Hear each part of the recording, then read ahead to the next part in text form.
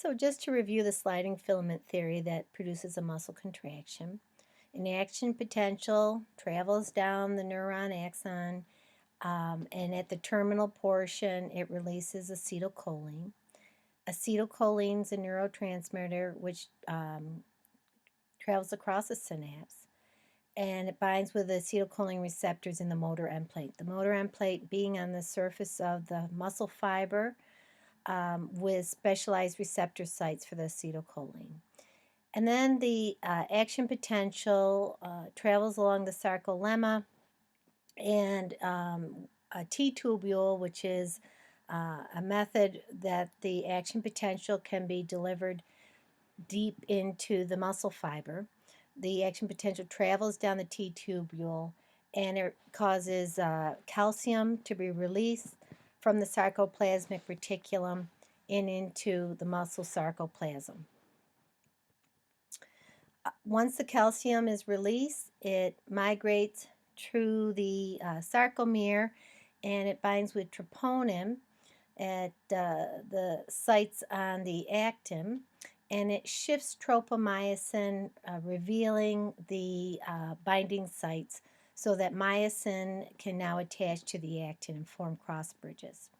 So the myosin head is already energized, and once the binding sites are exposed, it will form a cross bridge and an attachment, and followed by a power stroke, which will pull the actin, overlapping the actin more so with the myosin.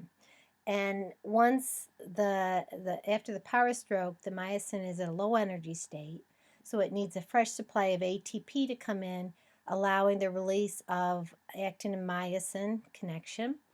And then the ATP is broken down again into ADP and phosphate, energizing the myosin head to form another attachment and another power stroke. And so this is all called the sliding filament theory. And so a motor unit is a motor neuron and all the muscle fibers that it innervates. So we have small motor units, which could be a very small number of fibers that are innervated in areas of the eye, or we could have thousands of fibers innervated by one motor neuron, which is a large motor unit. And we have different types of muscle contractions. We have concentric muscle contractions, and that's where we see a shortening of the muscle. The muscle is able to produce enough force to overcome the force of gravity or the resistance, and we actually see the actin sliding over the myosin. Eccentric muscle contractions result in a lengthening of the muscle, and that is the actin is being pulled away from the myosin. There are still cross bridges being formed, but the resistance or gravity, the force is greater than the muscle can create, and so there's a lengthening of the muscle. And isometric contractions, there's not a shortening or a lengthening of the muscle. It remains just in the same state. There are cross bridges constantly being formed and released, but there's no movement because the force of what the muscle can produce is equal to the force that it has to overcome. And so this is just a depiction. In isometric contraction, there's no muscle movement, but there is tension produced in the muscle. A concentric muscle contraction is enough force is produced in the muscle to allow the muscle to shorten and overcome the force. And then the eccentric contraction, where the force or the pull of gravity is greater than the force that the muscle can produce, and it results in a lengthening of the muscle.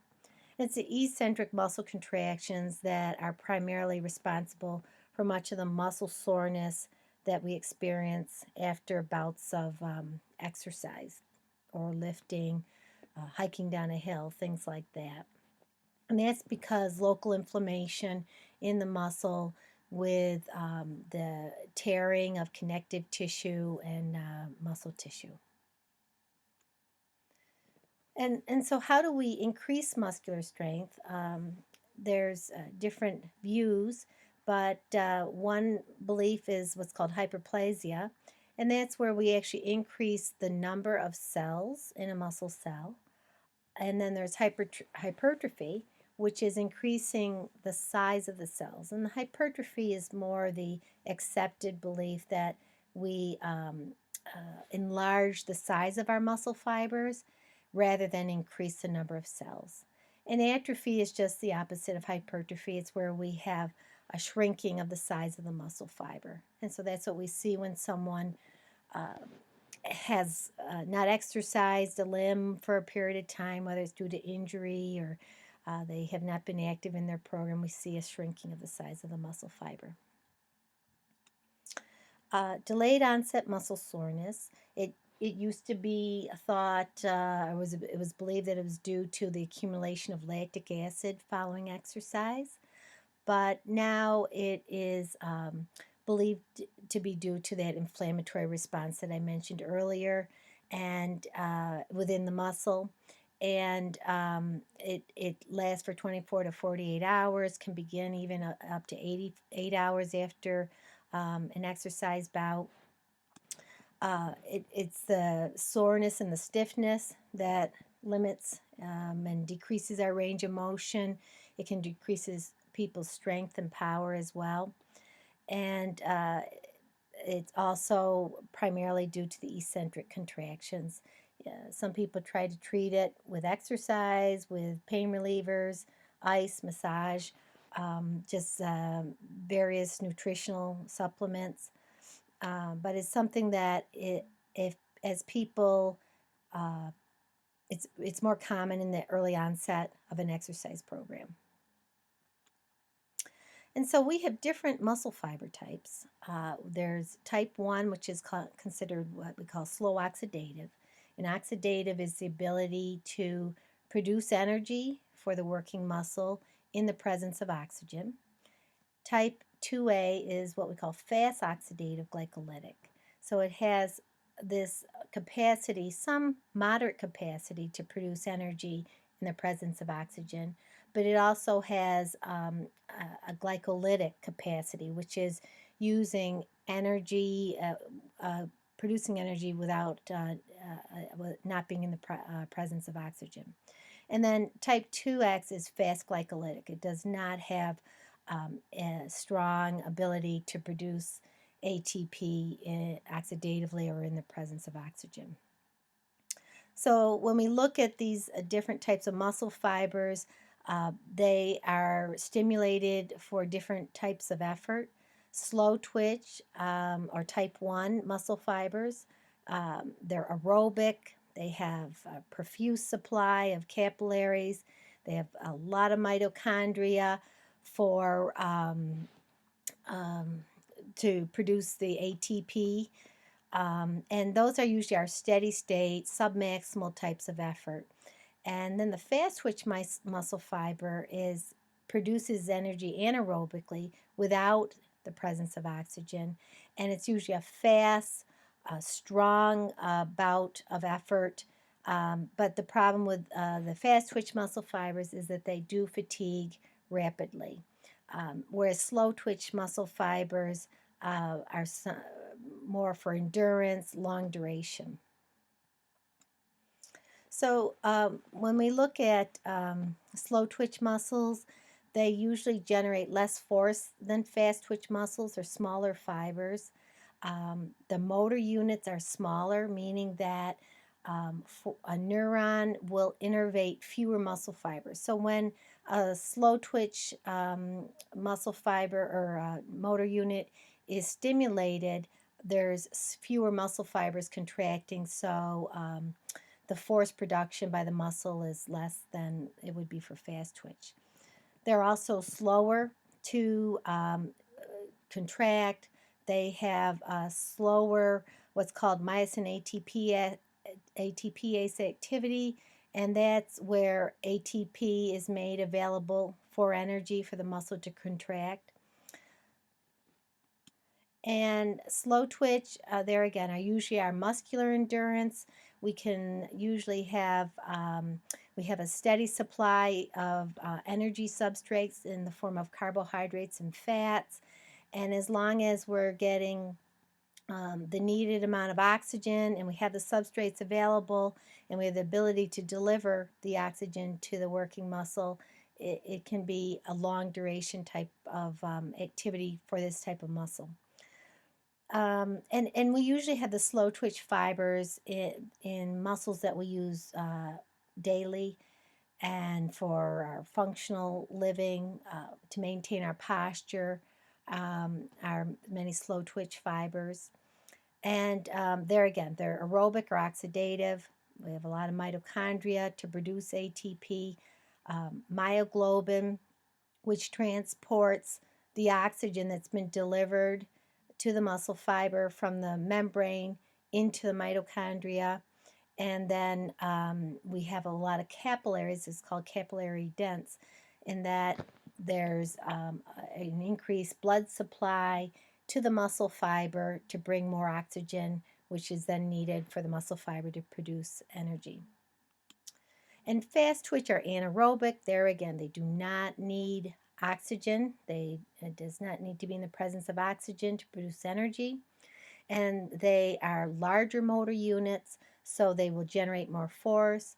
Fast twitch fibers are usually bigger than slow twitch fibers, but because the energy source is limited, they will fatigue more easily.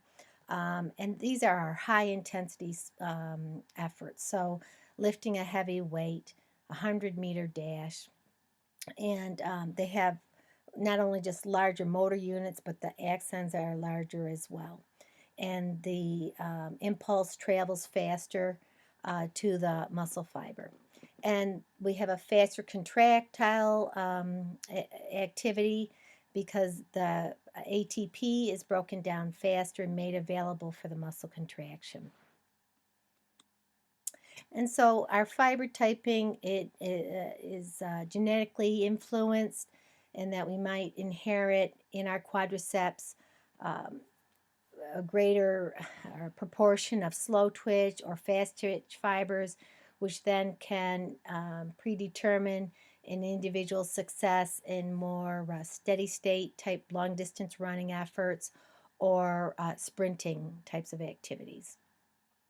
And it's usually predetermined at a young age, but the ongoing question is, can training alter fiber composition? There's many different sources who go back and forth on this issue. Some people say you can only go from the type 1 to type 2A, more to an intermediate fiber. You can't change from a 1 to a 2X. And so everyone has a different take on this. But in 2012, some research out of California showed that there is this continuum that we can have a change in muscle fiber typing. So that's some of the newer research that is showing it. But you also have to know that different muscles are predominantly slow twitch or fast twitch by their function. And so, as I said before, muscles like the posture muscles are going to be more predominantly slow twitch. And so a lot depends on the function of the muscle as well. And as we age, there's some belief that our muscle fiber type might decrease or change, so that as people get older, they lose more of their fast twitch muscle fiber. So that's more your strength types of muscle fibers. And athletic success might be predetermined by the composition of what type of muscle fibers that you have.